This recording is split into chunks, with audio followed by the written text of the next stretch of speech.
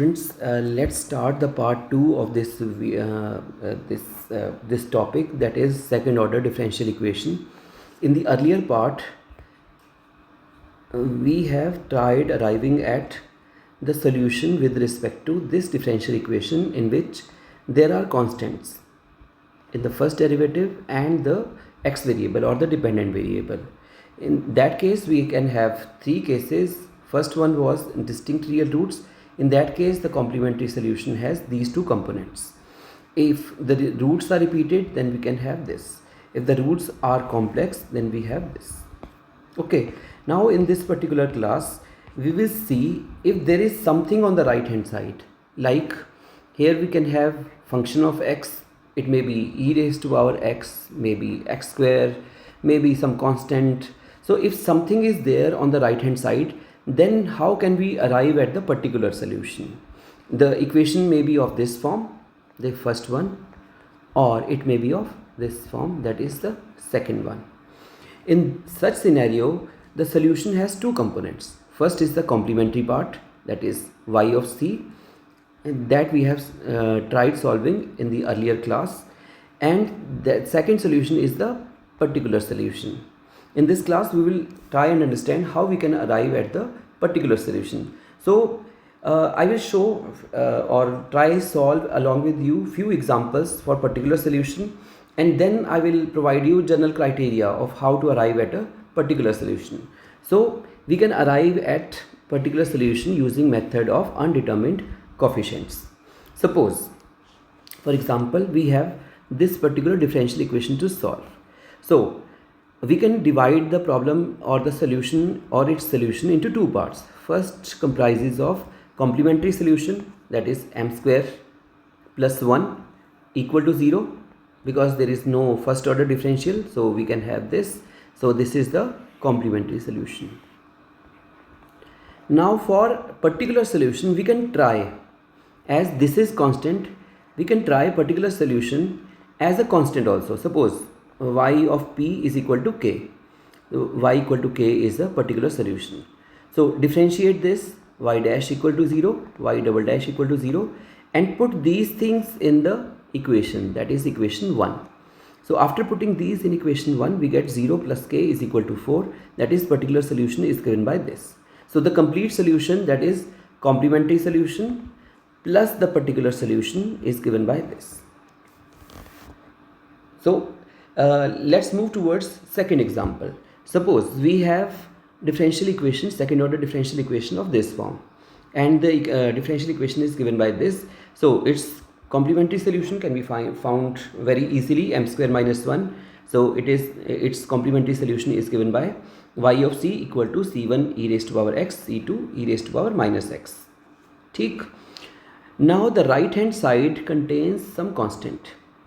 अगर यहाँ पे x प्लस 1, x प्लस 2 कुछ भी होता, ठीक है, सपोज यहाँ पे x की जगह पे हमारे पास होता है x प्लस 5 और x प्लस 6 और x plus what ever number you can put, तो हमने पर्टिकुलर सोल्यूशन के लिए ट्राई करना है.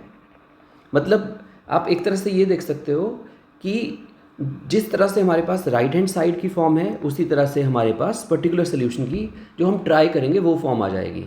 और उसके बाद हमारा सेकंड काम क्या रहेगा कि to solve for these constants और द इंटीग्रेशन कॉन्स्टेंट्स. ठीक है, सपोज हमने ट्राई किया y equal to a x plus b, y equal to a x plus b हमने ट्राई किया. सॉरी, बी मेरी हैंड राइटिंग आप लोगों को पता ही है, ठीक है. और y double dash is equal to 0. ठीक है, अब इन दोनों को इक्वेशन में पुट कर दो. 0 minus a x plus b equal to x. अब दोनों में x वाली जो टर्म्स है और जो कांस्टेंट वाली टर्म्स है उनको कंपेयर करो, तो capital A comes out to be -1 and capital B comes out to be 0. और हमारे पास फाइनल सोल्यूशन क्या आ जाएगा, complementary part plus the particular part. ठीक है, तो दीज आर फ्यू क्वेश्चंस. अब आप थोड़ा समझ गए होंगे कि पर्टिकुलर सोल्यूशन फाइंड करने के लिए we will try something, then solve that, put that in the differential equation, and from that differential equation we will arrive at the final solution. ठीक है, अब एक बार ये देख लेते हैं कि ट्राई क्या क्या करना होता है. ठीक है, तो मैंने कुछ केसेस लिखे हैं, फ्यू रूल्स और फ्यू मेथड्स और few trials. If R H S is constant, that is F of x इस तरह से है कि आपके पास गिवन है ये इक्वल टू सम कांस्टेंट, तो आपको पर्टिकुलर सोल्यूशन में ट्राई क्या करना है, y is equal to capital a और कैपिटल के जो भी आप लिखना चाहते हो, ठीक है। If it is in the polynomial form, suppose ये इस फॉर्म में है, तो आपका जो पर्टिकुलर सोल्यूशन ट्राई करने के लिए है that should also be in the polynomial form, ठीक है। उसके बाद जैसे भी आपके पास डिफरेंशियल इक्वेशन रहेगी आप इसको डिफरेंशिएट करोगे। सपोज आपने ये फाइंड किया, ये फाइंड किया, और ये तीनों चीज़ें जो है आप मेन डिफरेंशियल इक्वेशन में पुट करोगे, and from that you can arrive at the values of these constant, that is a0, a1, a2 and so on, ठीक है। और फाइनल सोल्यूशन आपका फिर से क्या आ जाएगा, y complementary plus y particular. मेरी हैंड राइटिंग पे मत जाना, ठीक है। एंड माई सोल्यूशंस, और इसमें थोड़ा टाइपिंग का ऑप्शन नहीं है तो इसलिए मैं यही ट्राई कर रहा हूँ, ठीक है। बट हैंड राइटिंग में बच जाना, ठीक है। बस आप समझ गए होंगे, it is complementary plus particular, ठीक है। नेक्स्ट देखते हैं, सपोज आपका एफ ऑफ एक्स इस तरह से गिवन है, समथिंग लाइक दिस, तो आप ट्राई क्या करोगे, ठीक है। फिर आप y dash, y double dash और वाई ये डिफरेंशियल इक्वेशन में पुट करके you can arrive at this value. ये आपको गिवन होगी, सपोज यहाँ पे इस तरह से लिखा हुआ है e raise to power 2x, तो आपको ट्राई क्या करना है, e raise to power 2x, that is the particular solution, ठीक। सपोज आपका एफ ऑफ एक्स में राइट हैंड साइड में आ रहा है साइन और कोसाइन। फिर से मेरा हैंड राइटिंग में बच जाना, मुझे थोड़ा डिलीट करना पड़ेगा सो दैट आप लोग ये ना पेरेंट्स को शो करते हुए यार देखो सर की हैंड राइटिंग कितनी ख़राब है, तो हमारी भी हो सकती है, ठीक है। साइन और कोसाइन, ठीक है। सपोज ये एफ ऑफ एक्स इस फॉर्म में है, तो आपको ट्राई क्या करना है, ये दोनों, ठीक है। आपको लग रहा होगा कि एक ही चीज़ गिवन है तो हमें एक ही चीज़ ट्राई करनी है, no, you can take it as कि it is some form something into sine X plus something into cosine of A X, तो आपको ये चीज़ ट्राई करनी है, ठीक है। सपोज आपके पास नेक्स्ट में फॉर्म है दैट इज़ दिस थिंग, आपको ट्राई क्या करना है, particular solution this thing, again calculate y dash, y double dash, y, put in the differential equation and solve for this that is constants, ठीक है। Sixth scenario ये हो सकता है कि you have the combination of these two, you have some combination of case number 3 and 4. if you have those cases, तब आपको try क्या करना है, पर्टिकुलर सोल्यूशन में दिस थिंग, ठीक है। अब आप सेवन्थ केस भी देख सकते हो कि you have some combination of polynomial into sine और कोसाइन। तो जैसे मैंने बोला पॉलिनोमियल आपके माइंड में आ गया होगा कि we will try this and then cosine into this, then polynomial into sine. आप इन दोनों का कॉम्बिनेशन मान सकते हो इसे कि case number 4 and case number 2, ठीक है। केस नंबर 2 और 4 का सिनेरियो को क्लब कर दो, तो आपके पास यहाँ पे ट्राई करने के लिए कॉम्प्लीमेंट्री सोल्यूशन का कुछ एटलीस्ट इनिशियल ट्रायल आ जाएगा, ठीक है। एट्थ केस में मैंने लिखा है मिक्सचर, सपोज इस तरह से आपके पास गिवन है, तो आपने इंडिविजुअली जो हमने ऊपर किया है एक्स स्क्वायर के लिए आप इसको लोगे, ई एक्स के लिए आप something like this, sine x के लिए लाइक दिस, ठीक है। जो लास्ट वाला सिनेरियो है और जो नाइन्थ केस है that is a particular scenario.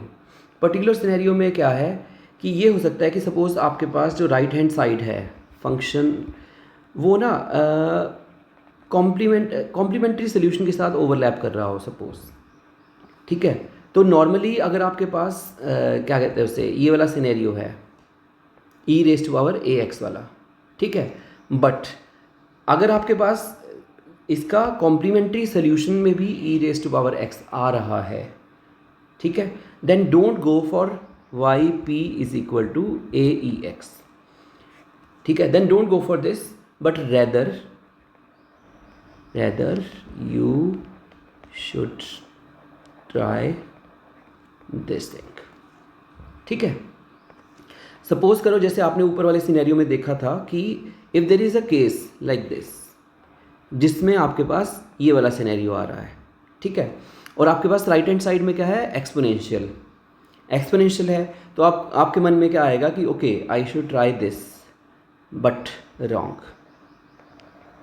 Because if you try a into x that is polynomial of degree 1, तो यहाँ पे पॉलिनोमियल ऑफ डिग्री 1 वाला सोल्यूशन पहले ही आ चुका है, तब आप ये चीज़ नहीं ट्राई करोगे, then you will try go for higher degree that is ax² e⁻x।